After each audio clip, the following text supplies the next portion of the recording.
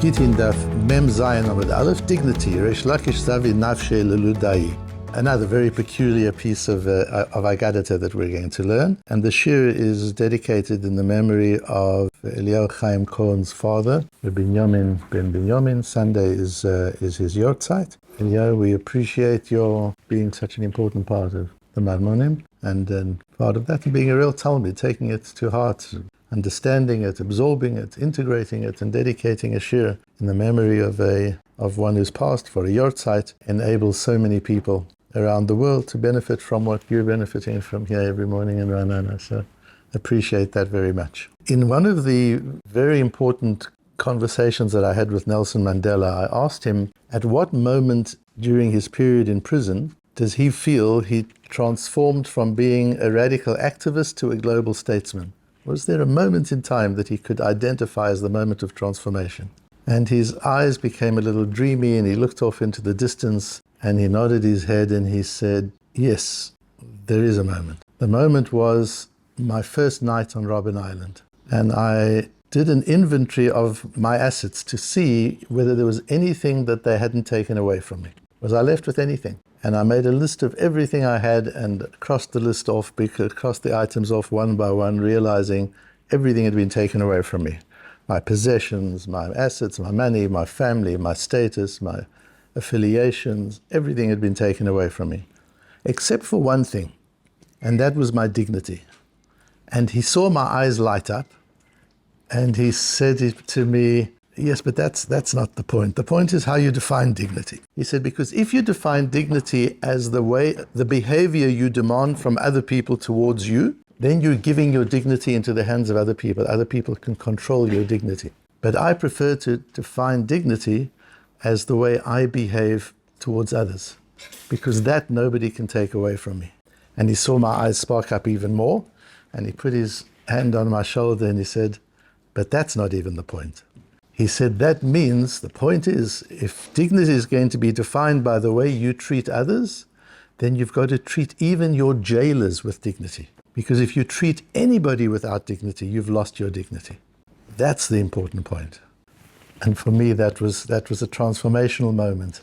That thinking of him that night and that definition of the word dignity was totally transformational.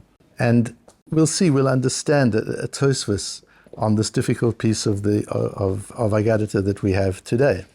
It rests on a posuk in Vayikra, in Parsha Shmini, Ki ani Hashem Elokechem v'yitkadashtem v'yitim kadoshim ki kadosh ani. I am Hashem your God, you shall become holy because I am holy.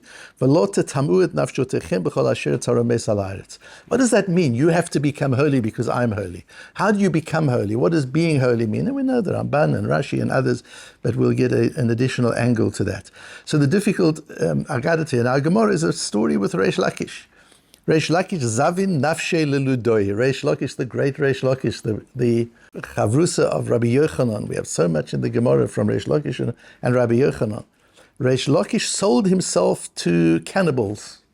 Shokal Bahade Chayta V'Galgalta. He took a sack, and in the sack was a ball of lead. Omar Gemiri Yom Basar Kol Boy Minayu Avdili. I understand that they have a cultural norm, these cannibals, that on the last day, before they kill you and put you in the pot, they give you the option to have whatever you want. So that you'll forgive them for killing you. There's a certain courtesy they have, there's a certain ethic they have. They don't want you to hold a grudge against them for killing you. So they give you an opportunity, anything you want, they give you that chance. Yoma Basra Omrule, so the time came for Reish Lakish to be killed and put in the pot. And they said to him, Reish Lakish, "Mai nichalach, what do you want?" Amalu, he says, I want to have the opportunity to tie each of you up and seat you down. And I want to give each of you a smack and a half, is the way Rashi learns it. Some Mashal says it means a smack with my sack. So all I've got is the sack. I want to be able to give each of you a whipping, and that way I won't resent you, I won't hold it against you for doing this to me. They said fine, and he tied each one of them up and put them in different places. When he smit, he gave them one beating with his sack, but it had a lead ball in it, so it killed them. And Reish Lakish was very strong. gave them a hit and it killed them. And then he made a noise with his mouth, like he whistled as if to say, wow, that was fun. So that the people outside would think this is a fun experience and they would all volunteer to be the next in line. Are you laughing at me? You're joking? I've only hit you once, I'm going to hit you once again. So again, the people outside thought this wasn't too bad. Katlinu Kulu, he killed them all. And then the Gemara gives another piece of that's all the Gemara tells us about the story. Later on, Reish Lakish used to eat a lot. He was also quite a big person. Amra le Brata, and his daughter said to him, don't you need you've got no possessions. Reish Lakish used to use all that he had every day. He enjoyed every day for its own value. He didn't believe in savings. He didn't believe in life insurance. He didn't believe in investing in the stock market or in property. He believed in enjoying your life and spending on each day, not worrying about tomorrow. Tomorrow Hashem will take care of. Amala biti, crazy Kari. I don't need a pillow. She said, don't you need a pillow? Something. He said, I don't need anything. I'm so fat that my stomach is a good pillow. I don't need a pillow. When he died, all he left was a little container of spice. Korah, and he said about himself, the Pasuk in Tehillim of Ozul Achirim Chelom, stupid people leave their wealth to others. And they don't enjoy their life. They're so busy saving up and saving up and saving up, and then they leave it to their children, and their children save up and save up and save up and leave it to their children, and nobody enjoys the wealth. And so Reish Lakish was resentful by the fact that he even had a little bit of spice left over. By the time he died, he felt he should have enjoyed the spice as well, not left that to others. Says Tosfos, Kodem shechazal mutav, this story must have been before Reish Lakish became frum. Reish Lakish was about Shuvah. Rabbi Yochanan brought him into Torah, as we know in the Gemara in Pesachim, I think it is. We know the story. The Mistoma, how does Tosfos know that this must have been before? The Mistoma lo hayam bezalzel be'atzmo kol kach. These words in Tosfos is what we need to talk about, because he wouldn't have cheapened himself so much. This mezalzel comes from the word zol. He wouldn't have cheapened himself. It's not as if he did something wrong. He killed all these cannibals. It was a good thing that he did. He saved many, many people. So it's not that he did something wrong and that's how we know it was. No, he did the right thing. But you can do the right thing in a way that cheapens you. And Reish Lakish would never have cheapened himself, put himself in the hands of these cannibals, be treated like a prisoner like that. Who would do that voluntarily? He wouldn't be mizalzel. That word mizalzel is important because, as I said, it comes from the word zol. The opposite of cheap is yakar.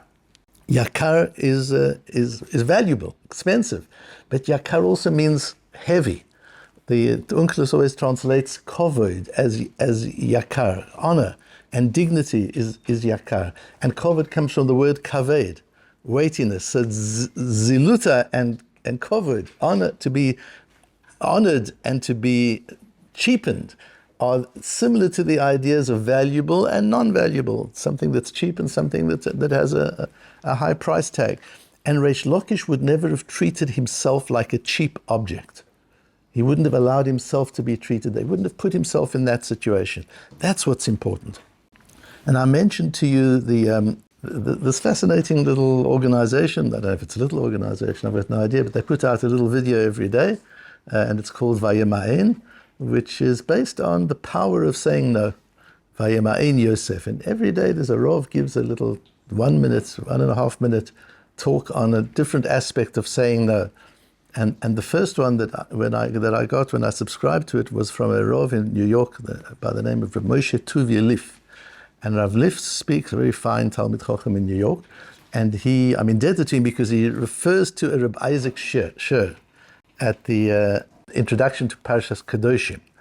And Rabbi Isaac shiur there says, he brings the Gemara in Brochus, where the Gemara says, V'hitkadashtem elu mayim rishonim, v'yitim kedoshim elu mayim achronim, ki kadosh zeh Shem. And from Kedoshim to you, v'hitkadashtem, v'yitim kedoshim, from this pasuk that we just learned, the Gemara learns out the obligation of washing your hands before the meal, washing your hands after the meal, and rubbing your hands with a certain oil that they used to do to remove any bad smells from your hand after you've been eating with your fingers.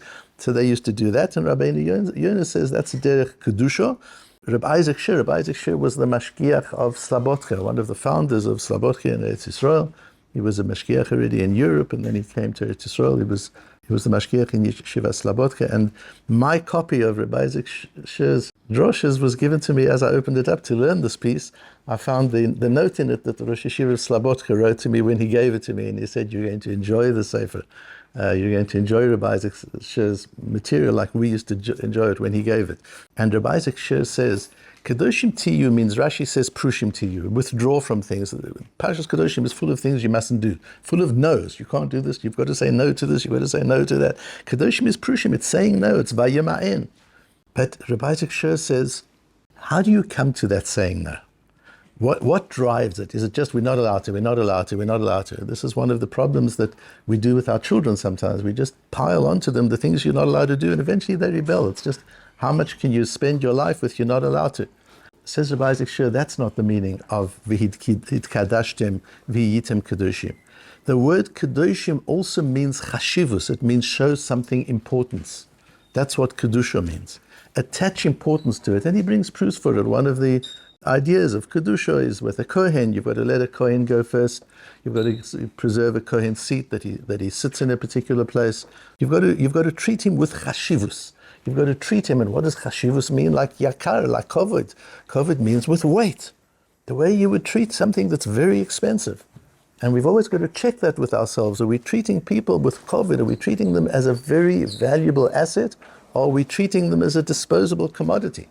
And we've got to watch ourselves all the time. So this idea of kedusha, says Rabbi Isaac Shir, is an idea of kovod. And so the idea of v'hitkadashtim v'yitim kedoshim, this idea of kedusha, of precious, is stand back from all these things, is because you're worth more than that. You're worth more than engaging and indulging in these things that people indulge in and put their mind in. You see sometimes somebody walking down the street with a falafel in his hand and eating. You just look at the person and you say, you're worth more than that. Are you treating yourself with kovod? Are you treating yourself with dignity? Are you treating your surroundings with dignity? Are you treating the things around you with dignity? You're worth more than that. It's interesting, I was at the Washington Zoo with my grandchildren the other day, and I took a photograph of a prairie dog, it's called. It's a kind of squirrel, and it's sitting on its back haunches, and it's taking some things in its paws, and it's eating them. And I commented that humans have this capacity to raise food to their heads. Animals put their heads into the food.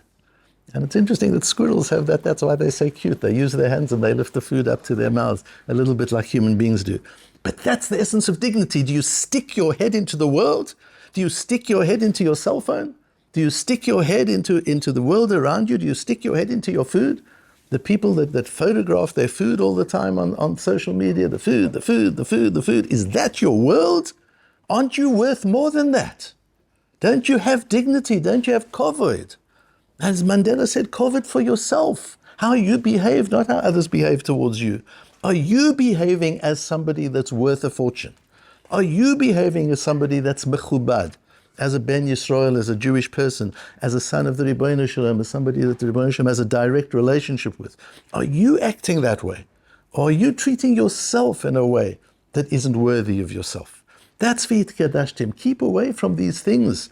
V'lo tetam'u et nafshotechem. Don't indulge in tumah. You're worth more than that. That's the meaning of kedoshim, to come at it from a perspective of, I'm worth more than this, than defiling myself the way others do. And things become norms. You see everybody behaving in certain ways. It's the way we dress. It's the way we present ourselves, particularly when we're in shul. The way we behave, the way we conduct ourselves, the way we bear ourselves, the way we talk one to another. All of this is part of the dignity with which we hold ourselves that is important. Says Tosfos, Reish Lakish, after he did tshuva, would never have put himself in such an undignified situation. It's the indignity of it that Tosfos is concerned about. This Tosfos is amazing. It's the indignity he's concerned about, not that he did wrong, he didn't do wrong. And that's why the Gemara goes on to tell us what a tzaddik he was, that he didn't worry about the next day. He was a Baal Bitochen, he had complete trust in Hashem. He didn't save anything up for the next day because he knew Hashem would provide. Reish Lakish became a tzaddik otzum, an amazing tzaddik and Talmud Chacham of such enormous stature at that time, in the time of the Tanoim and the Amoraim. Reish Lakish was great. Imagine who he was. It's not that he did wrong. The Gemara wants us to know. that this Maisa, this says Tosfos, this happened before he understood his own value, before he understood who Reish Lakish was, what a Ben Yisrael really is. Once he understood that, he would never have put himself into that situation. And yesterday we spoke about, in the last shiur, we spoke about the fact that how creating friction by saying no elevates us to Kedusha. There's a Sifri on Ha'azino and Ya'arov K'matar Likhi that Yalkut Shimoni brings it, the Reishis Chochman, Perek Daled of Shara Yiro talks about it, where the Sifri says there are beings that are created from the earth, like animals and organic material, and there are beings who are created from Shemayim, like Malachim, like angels. And the human being is created partly from Shemayim and partly from earth. When we keep the Torah and we say no and we create friction, we convert the earthly part of ourselves to a heavenly part of ourselves. It's not that we're human and we do something superhuman. We become superhuman, as we said on Daf Mem Hey. This converts us, this transforms us from physical beings into energetic beings, into spiritual beings. That's what it actually does. Today we learn almost the other way around. And on the other hand, by understanding that we are spiritual beings, by understanding that half of us is made from Shemayim, and behaving accordingly and preserving our honor and our dignity, we come to Purushim Tiyu. We come to Kedusha that develops Kedusha. So the Kedusha makes us holy, converts us from physical beings into spiritual beings, and being able to say no, being able not to indulge and completely immerse ourselves in things that aren't worthy of who we are, elevates us to levels of Kedusha, to levels of sanctity that are divine and heavenly.